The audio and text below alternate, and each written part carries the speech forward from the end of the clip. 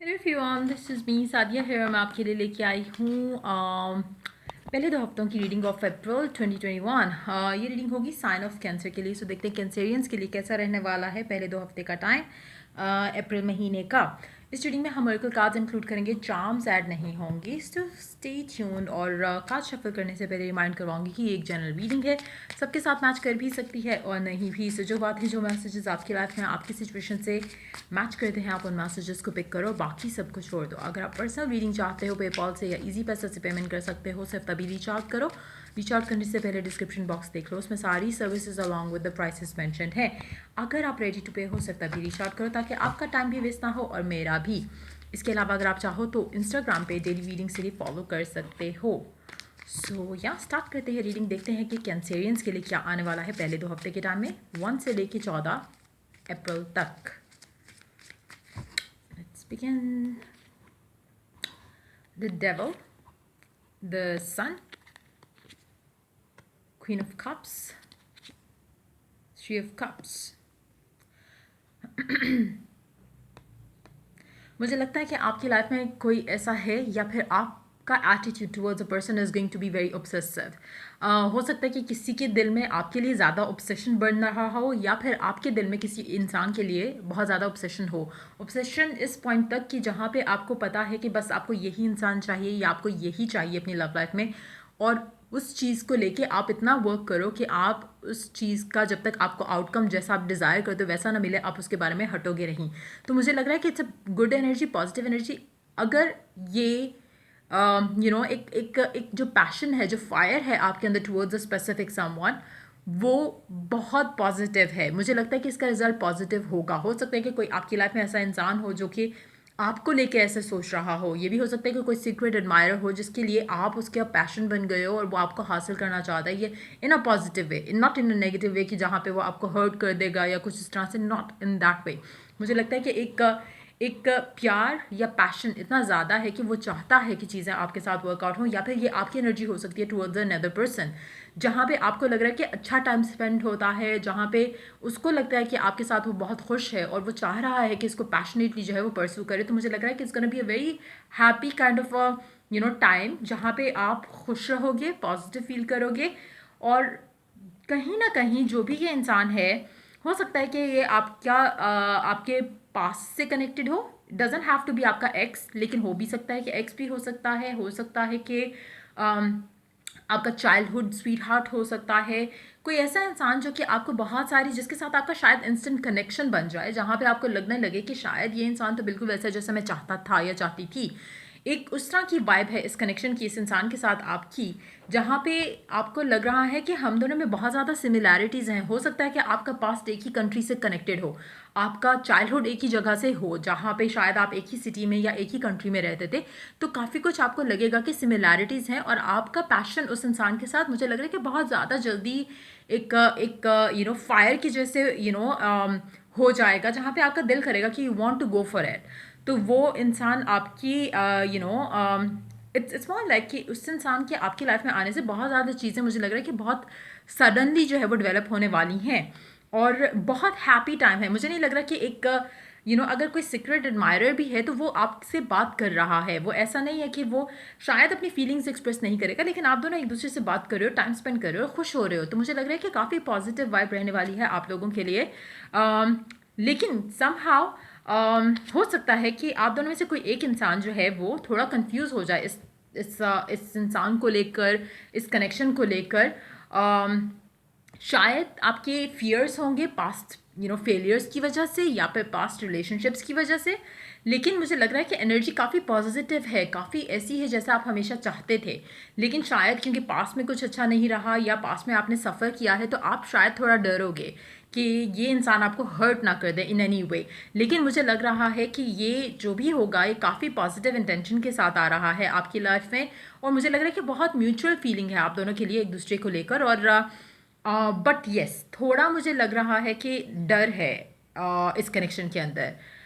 Let's see क्यों है ये डर।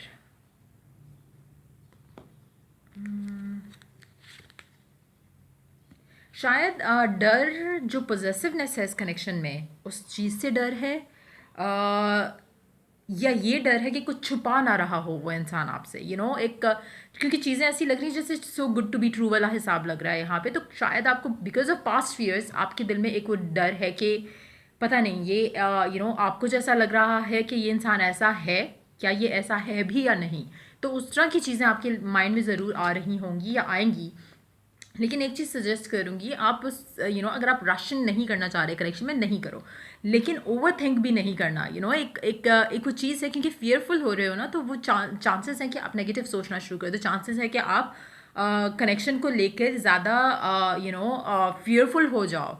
और स्पेशली अगर आपके माइंड में एक नेगेटिव थॉट आती है, जैसे ही मतलब जैसे पॉजिटिव थॉट में भी यही होता है, एक पॉजिटिव आएगी तो एक और पॉजिटिव आ जाएगी, इसी तरह एक नेगेटिव आएगी तो एक और नेगेटिव आ जाएगी। सो मेक श्योर कि आप ओवर थिंक नहीं करो, just live in the moment. और अगर आप अच्छा टाइम स्पेंड हो रहा है आपका ऐसे इंसान के साथ, तो कोशिश करो कि नेगेटिव सोचने की बजाय चीज़ों को देखो कि कैसी चलती हैं।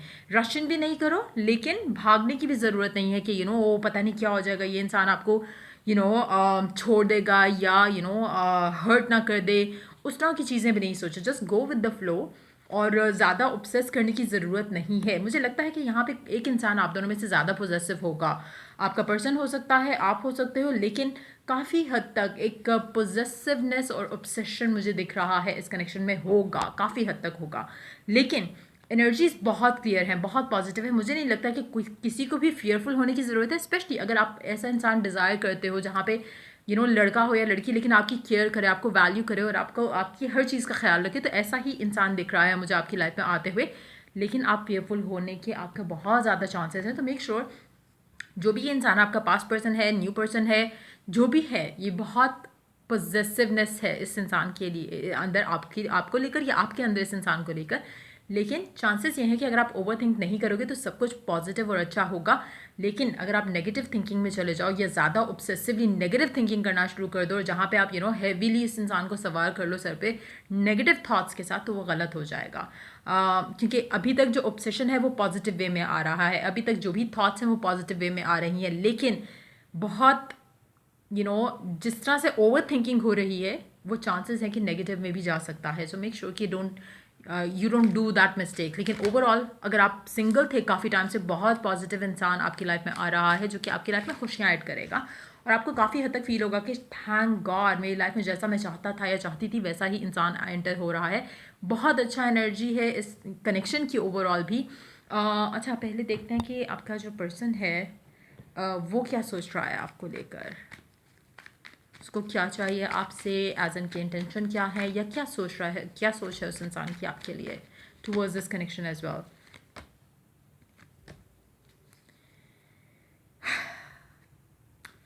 ये इंसान आपकी लाइफ में सिर्फ एक ही इंटेंशन के साथ आ रहा है, इसको स्टेबिलिटी चाहिए और इसको एक एक पास्ट बैगेज से निकल कर एक नया स्टार्ट करना है अपनी लाइफ में।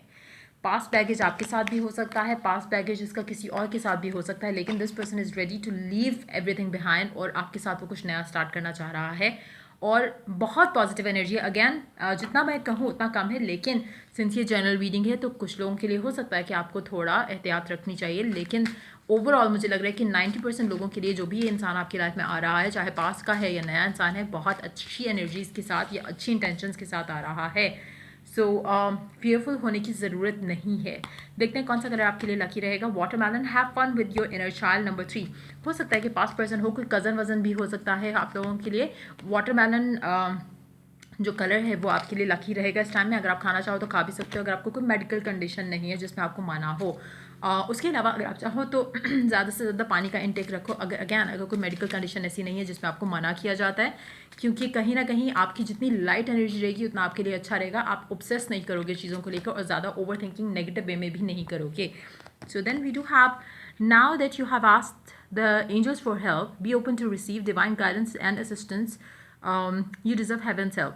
देखो, अगर आपको किसी भी तरह से आपको लगता है कि आपको ज़रूरत है गाइडेंस की या हेल्प की या नॉलेज की, तो सीक फॉर इट। और जब आप सीक करते हो तो बी रिसेप्टिव, ताकि आपको वो गाइडेंस मिल भी सके। उसके लिए भी आपका बहुत इंपॉर्टेंट है कि आप हेल्दी खाना खा रहे हो, जंक फूड नहीं खा रहे हो, ऑयली फूड नहीं खा रहे हो, और जो भी चीज़ जो आपको हैवी फील कराती है खाना खाने के बाद, वो चीज़ें आपने अवॉइड करनी है इस टाइम के अंदर, ताकि अगर आपको कुछ गाइडेंस चाहिए या आपको हेल्प चाहिए towards this person, towards this connection, तो आपको वो गाइडेंस मिलेगी। लेकिन आपका रिसीविंग एंड पे होना बहुत इंपॉर्टेंट है, जो कि आप तभी हो सकते हो जब आप लाइट फील करो, और स्पेशली जब आप रात को सोने से पहले प्रेयर के साथ सो, ताकि आपको गाइडेंस मिल सके.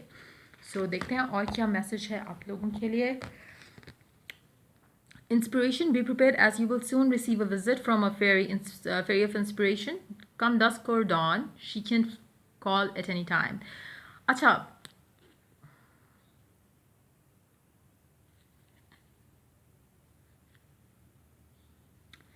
मुझे लगता है कि इस इंसान को लेकर आई डोंट नो, मुझे लग रहा है कि जैसे ये इंसान आपकी लाइफ में सडनली आएगा. हो सकता है कि पास्ट पर्सन है जिसको आप आउट ऑफ नो वेयर आपका दिल करे कि आप इसको रीच आउट करो just to see where this person is और क्या चल रहा है लाइफ में या कुछ इस तरह से.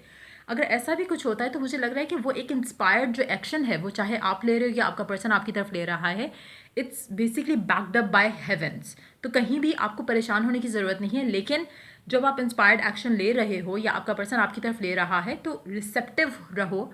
और भी मैसेजेस और भी गाइडेंस आएगी along the along with this.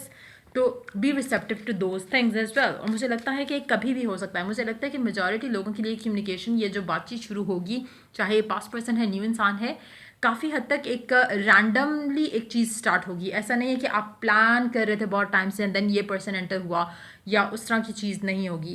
It's more like कि एक थॉट और देन उसके ऊपर action, and that's how you connect with this person. So देखते हैं और क्या मैसेजेस हैं आपके लिए. प्रेयर, प्रे, अफर्म, जो भी आप चाहते हो आपको ज़रूर मिलेगा. मेक श्योर कि अपने आप को पॉजिटिव रखो. बस आपके लिए ये थोड़ा मुश्किल मुझे लग रहा है, स्पेशली अगर आपका पास्ट अच्छा नहीं था तो.